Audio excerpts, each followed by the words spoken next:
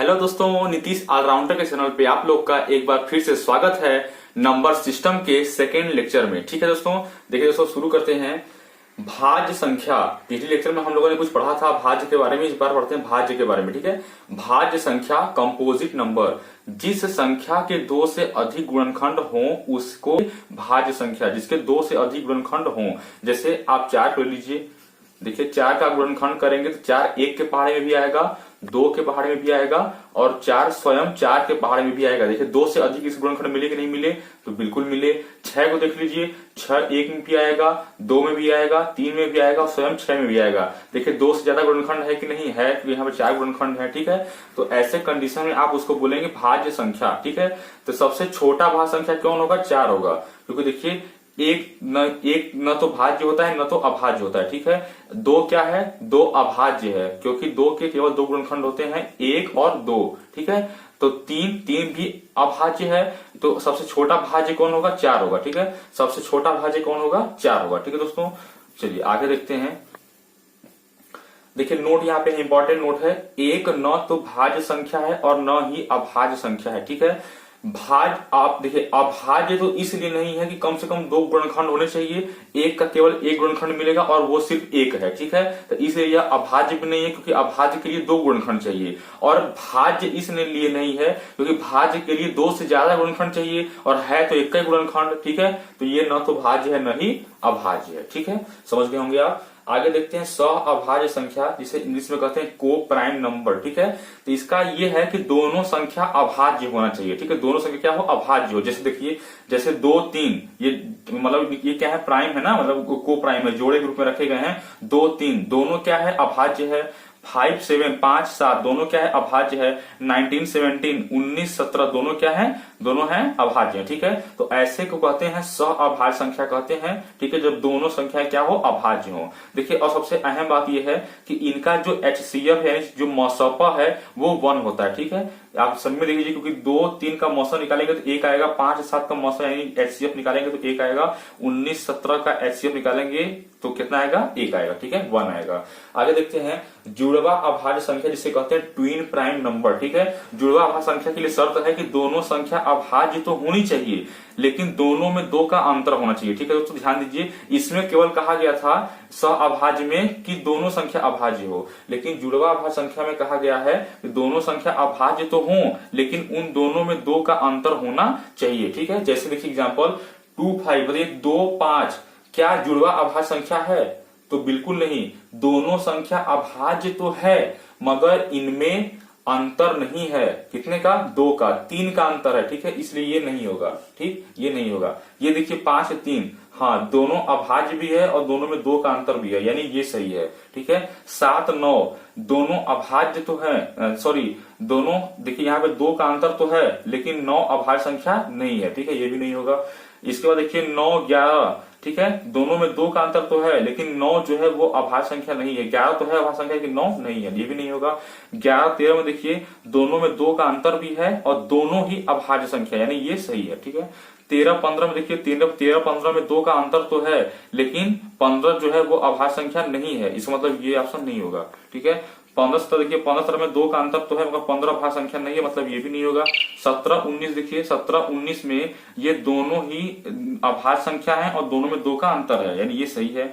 21 23 में दोनों में 2 का अंतर तो है, परंतु 21 जो है वो अभाज्य संख्या नहीं है, यानी कि ये भी नहीं होगा। ठीक है, जिसपे मैंने सही का टिक लगाया हुआ है वही इस जुड़वा अभाज्य संख्या का एग्जाम्पल हो जाएगा। ठीक है दोस्तों, अगला जो इंपॉर्टेंट नोट है, 1 से लेकर 100 तक में 8 ट्विन प्राइम नंबर होते हैं। ठीक है, यानी जो ट्विन प्राइम नंबर जो आपको जुड़वा अभाज्य संख्या मिलेगा 1 से लेकर 100 तक की गिनती में, वो 8 जोड़े आपको मिलेंगे। ठीक है, ये इंपॉर्टेंट बात है दोस्तों। हम एक इंपॉर्टेंट क्वेश्चन की तरफ बढ़ते हैं अब। बहुत ही महत्वपूर्ण क्वेश्चन है और प्यारा सा क्वेश्चन। ठीक है, ध्यान से समझिए।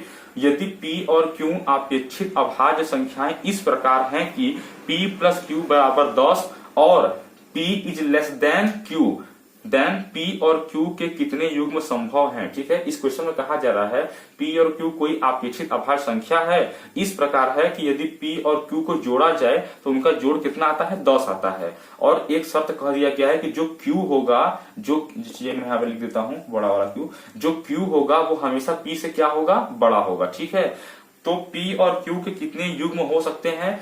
ऑप्शन दिया है 2 3 1 0। ठीक है, इनमें से कौन सा है दोस्तों? इसको सॉल्व करते हैं। बड़ा ही आसान क्वेश्चन है, थोड़ा ध्यान दीजिएगा। देखिए P और Q को जोड़ने पे 10 आना चाहिए। इसका मतलब यह हो गया, देखिए इसका मतलब यह हो गया, यदि P का मान, देखिए यहां मैं P लिख रहा हूं, यहां मैं Q लिख रहा हूं, ठीक है, और इन दोनों का जोड़ जो आएगा, यदि P का मान 1 होगा तो Q का मान दोस्तों 9 होगा। देखिए Q जो है वो P से क्या है, बड़ा है कि नहीं है? बिल्कुल है। तो दोस्तों देखिए इसके जोड़ में आपका 10 आ जाएगा। यदि P का मान 2 होगा तो Q का मान 8 होगा। ठीक है, इनके भी जोड़ में 10 आ जाएगा। यदि P का मान 3 होगा तो Q का मान दोस्तों कितना होगा? 7 होगा। देखिए इसके भी जोड़ में 10 आ जाएगा। ठीक है, अगर दोस्तों अगर P का मान 4 होगा और Q का मान तब 6 होगा। देखिए इनके जोड़ में भी 10 आ गया। ठीक है, अब देखिए दोस्तों अगला मैं लेता हूं, P का मान 5 लेता हूं तो Q का मान भी 5 लेना पड़ेगा और इसका भी जोड़ा जाएगा 10। P का मान यदि मैं 6 लेता हूं तो मुझे Q का मान 4 लेना पड़ेगा, तभी तो इसका जोड़ 10 होगा। ठीक है, देखिए दोस्तों ये नियम तभी तक फॉलो होगा जब तक हमारा Q बड़ा हो। देखिए क्योंकि यहाँ इस कंडीशन कहा है कि Q हमेशा क्या होना चाहिए? बड़ा होना चाहिए। ठीक है, और देखिए जैसे ही हम 5 यहाँ 5 लिए हैं P का मान, तो Q का मान भी 5 आया है, तो यहाँ पे देखिए दोनों P बराबर Q हो गए ना, यानी ये कंडीशन नहीं होगा। और देखिए दोस्तों यहाँ पे P बड़ा हो गया Q से, जो P है वो बड़ा हो गया Q से, और यहाँ कहा गया है Q बड़ा होना चाहिए P से। इसका मतलब ये भी कंडीशन नहीं होगा।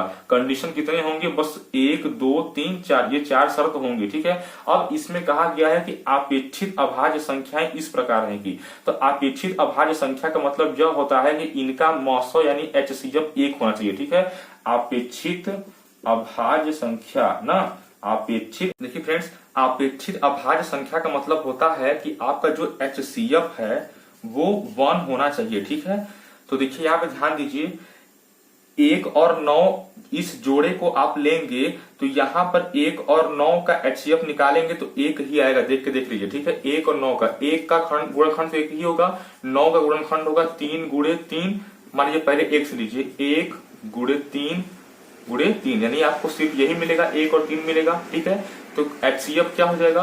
HCF देखिए आपका हो जाएगा 1। ठीक है, यानी एक मेरा ये जोड़ा सही है, इन दोनों का HCF मुझे 1 मिल रहा है। ठीक है, 2 और 8 नहीं हो सकता क्योंकि 2 और 8 का HCF 1 नहीं होगा। ठीक है, यानी ये नहीं होगा। 3 और 7 का HCF 1 हो जाएगा। ठीक है, इसका भी HCF 1 हो जाएगा ना, यानी मसपा। ठीक है, और 4 और 6 का भी HCF 1 नहीं होगा। ठीक है, इसका मतलब यह हुआ कि आपके कितने युग्म हो सकते हैं?